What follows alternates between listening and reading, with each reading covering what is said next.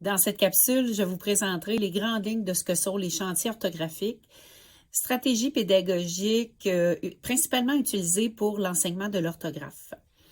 Cette stratégie a été mise de l'avant principalement au Québec par Mme Priscilla Boyer et la réflexion s'appuie sur les travaux de Daniel Cogis. Alors, pourquoi utiliser les chantiers orthographiques? Ça soutient en fait la mémorisation de l'orthographe par la compréhension du fonctionnement du système graphique de la langue française. Et on observe les constantes et les régularités en français.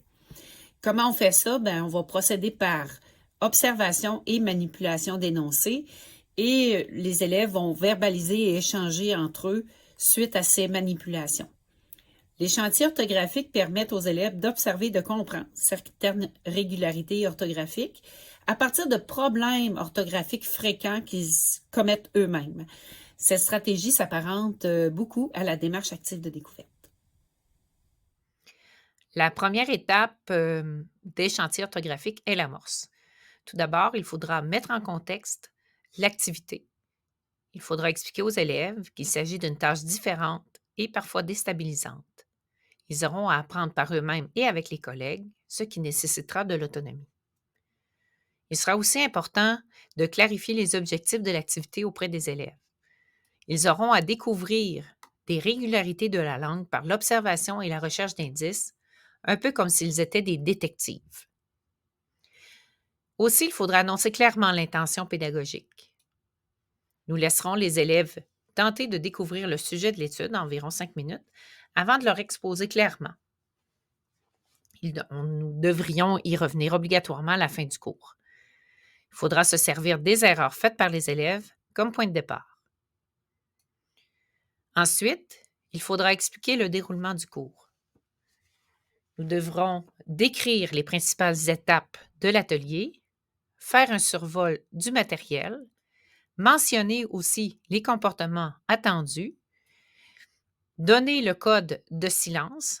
Donc, à chaque fois qu'il y aura une nouvelle consigne ou une mise au point commune, il y aura un signe qui nous donnera l'indice qu'il faudra se taire. Et il faut s'assurer que tout le monde comprenne bien. Enfin, il faut donner les consignes pour la première partie du travail. Certains concepts seront à expliquer: chantier, orthographe, corpus, régularité, observation, manipulation, tant de mots que les élèves ne connaissent pas. La deuxième étape est la tâche individuelle. Il faut toujours prévoir une courte activité qui permet aux élèves de faire émerger leur représentation initiale sur le sujet de manière individuelle.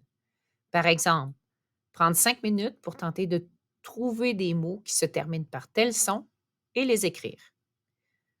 Lire un texte et trouver des mots qui s'écrivent ou qui se prononcent de telle ou telle façon dans le texte.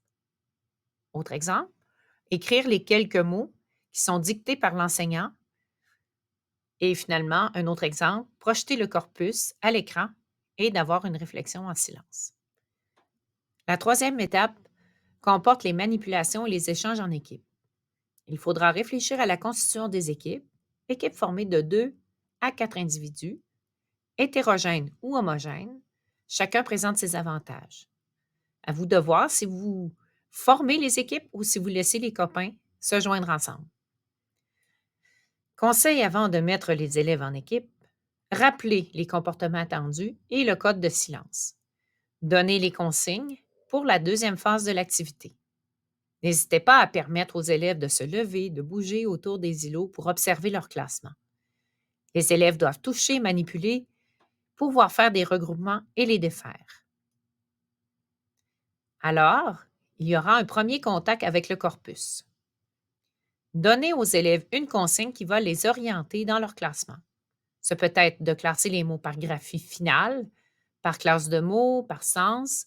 Au fur et à mesure que l'activité de classement se déroule, vous pouvez donner des consignes plus précises. La première fois, les élèves ont besoin d'être guidés, mais ils s'habituent à cette forme d'activité. Les mots-clés de cette étape: observer, manipuler, comparer, contraster et discriminer. La quatrième étape est la verbalisation des observations. Facilitez le travail de verbalisation des hypothèses en donnant un exemple et en fournissant un document de travail. Il est possible d'interrompre le travail d'équipe pour faire le point à mi-parcours. Aidez les élèves aussi à utiliser les bons termes dans les échanges. Le recours aux outils de référence peut, selon le thème du chantier, s'avérer pertinent. Des dictionnaires, des grammaires, des recueils de conjugaison, etc. La 5e étape est la synthèse. Cette étape se divise en 2 moments. Le premier moment est la synthèse en groupe. Il est recommandé de toujours commencer par les sous-groupes en difficulté.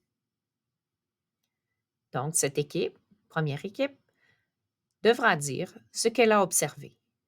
Puis, chacune des autres équipes pourront nuancer, compléter et préciser les régularités. Le deuxième moment de cette étape est la synthèse de l'expert. C'est à ce moment que l'enseignant intervient pour corriger, pour reformuler si besoin, les observations finales. Assurez-vous que les élèves prennent en note ces observations dans un cahier de notes ou sur une affiche de classe. Revenez sur l'objectif de départ et sur l'utilité de cet apprentissage. Revenez sur la première tâche individuelle si c'est nécessaire. Enfin, la dernière étape, le retour métacognitif. Comme toute activité d'apprentissage, il est important de prendre du temps avant de terminer l'activité, de revenir sur le processus d'apprentissage. Voici des exemples de questions à poser aux élèves. Quel est l'intérêt d'apprendre de cette façon? Quelle est la pertinence de travailler à partir des régularités plutôt que d'apprendre les mots individuellement ou d'apprendre une série d'exceptions? En quoi le fait de travailler en sous-groupe a-t-il été efficace pour cet atelier? Si vous souhaitez vivre un chantier orthographique avec vos élèves dans votre classe, je vous laisse ici la démarche pour planifier votre chantier orthographique. La planification est la clé du succès. Il y a donc 8 étapes à remplir. Vous n'avez qu'à appuyer sur pause pour pouvoir accéder à l'information.